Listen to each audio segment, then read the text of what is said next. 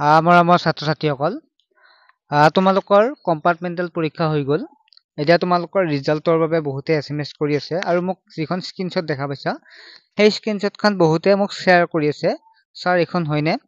Result July 26 তাৰিখে দিব নেকি? তেনেকুৱাকে ধৰণৰ SMS কৰি থকাৰ বাবে মই ভিডিঅ'টো প্ৰস্তুত কৰিলোঁ। লগতে মই তোমালোকক কৈছোঁ যে বহুতে ফাৰ্ষ্ট ডিভিজনো পাব পাৰা আৰু লগতে আগতে পোৱা নম্বৰবিলাক যোগ হ'বনে? এই তিনিটা প্ৰশ্নৰ উত্তৰ দিবৰ বাবে মই ভিডিঅ'টো প্ৰস্তুত কৰিছোঁ। ছাত্ৰ ছাত্ৰীসকল প্ৰথমে তোমালোকৰ ৰিজাল্টৰ কথা কৈ লওঁ।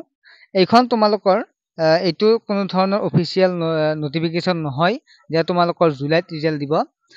ছাত্ৰ ছাত্ৰীসকল যিটো স্ক্ৰীনশ্বট দেখা পাইছা এই স্ক্ৰীনশ্বটটো আগৰ মতে আগৰ চিষ্টেমত আছে, মানে আগতে যিহেতু পৰীক্ষাও দেৰিকৈ পাতিছিল, জুন জুলাইত পাতিছিল আৰু লগতে ৰিজাল্টটো জুলাই আগষ্ট মানত দিছিল। ঠিক আছে, তেনেকুৱাকৈ চালি সেইখন আগৰ হিচাপত দিছে, কিন্তু এইবাৰ তোমালোকৰ পৰীক্ষাটো আগতকৈ বহুত পৃথক হৈছে। বেছি দিন সময় লোৱাই নাই তোমালোকৰ পৰীক্ষাটো পাতিছে। মই আগতেও কৈছোঁ যে তোমালোকৰ ৰিজাল্টটো বেছি সময় নকৰে, অৰ্থাৎ জুনৰ 20-25 তাৰিখৰ আগতে দিয়াৰ সম্ভাৱনা বহুত আছে। তোমালোকে বুজি পাইছা যে কি হয়, তোমালোকে ইমান দিন নালাগে, জুলাইলৈকে নাযায়, জুনতে তোমালোকৰ পৰীক্ষাৰ ৰিজাল্ট দিয়াৰ সম্ভাৱনা বহুত, অৰ্থাৎ দিব পাৰে। তাৰপিছত নেক্সট কথাটো হ'ল আগতে পোৱা নম্বৰৰ যোগ হ'বনে? তোমালোকে আগতে ধৰা হ'ল অসমীয়া ছাবজেক্টটোৰ কথাই কৈছোঁ, তোমালোকে আগতে 25 পাইছা, এতিয়া তেনেকুৱা নাম্বাৰ যোগ নহয়। অসমীয়া ক্ষেত্ৰত ইলেক্টিভ ক্ষেত্ৰত তেনেকুৱা যোগ নহয়। আৰু তোমালোকৰ যোগ হ'ব কোনটো OMR চিটৰ নাম্বাৰটো। তোমালোকে ধৰা হ'ল OMR চিটত ধৰা হ'ল 22 পাইছা, তোমালোকে 22 পাইছা যদি এইফালে যদি তোমালোকে 20 পোৱা, 22 আৰু 20 কিমান হ'ব? 42 42 নম্বৰ হ'ব।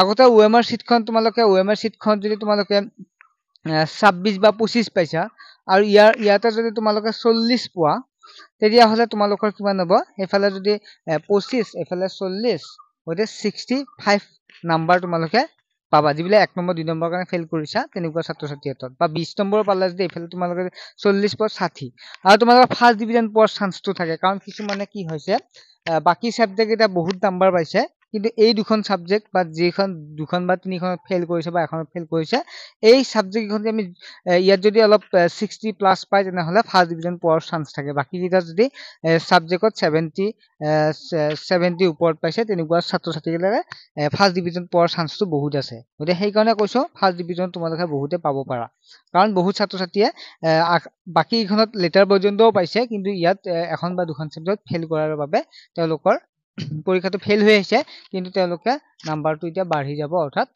ইয়াত যদি তেওঁলোকে 60-70 যি পালেও তেওঁলোকে কি কৰিব পাৰিব? ফাৰ্ষ্ট ডিভিজন লাভ কৰিব পাৰিব। আৰু লগতে তোমালোক কৈ দিছোঁ মই যে ৰিজাল্টটো তোমালোকৰ সোনকালে দি দিব, চিন্তা কৰিব লগা নাই আৰু ভয় তেনেকুৱা কৰিব লগা কোনো কথাই নাথাকে আৰু পাছ কৰিব পাৰিবা। যিবিলাকে 30 নম্বৰৰ ওপৰত লিখিছা তোমালোকে চিন্তা কৰিব নালাগে এই অসমীয়াৰ ক্ষেত্ৰত, আৰু বাকী এইবিলাক ক্ষেত্ৰত 13, 13.5, 14 পালে তোমালোকে পাছ কৰিব পাৰিবা, যিকেইটা OMR থকা ছাবজেক্ট। গতিকে চিন্তা কৰাৰ কোনো ধৰণৰ কাৰণে নাথাকে।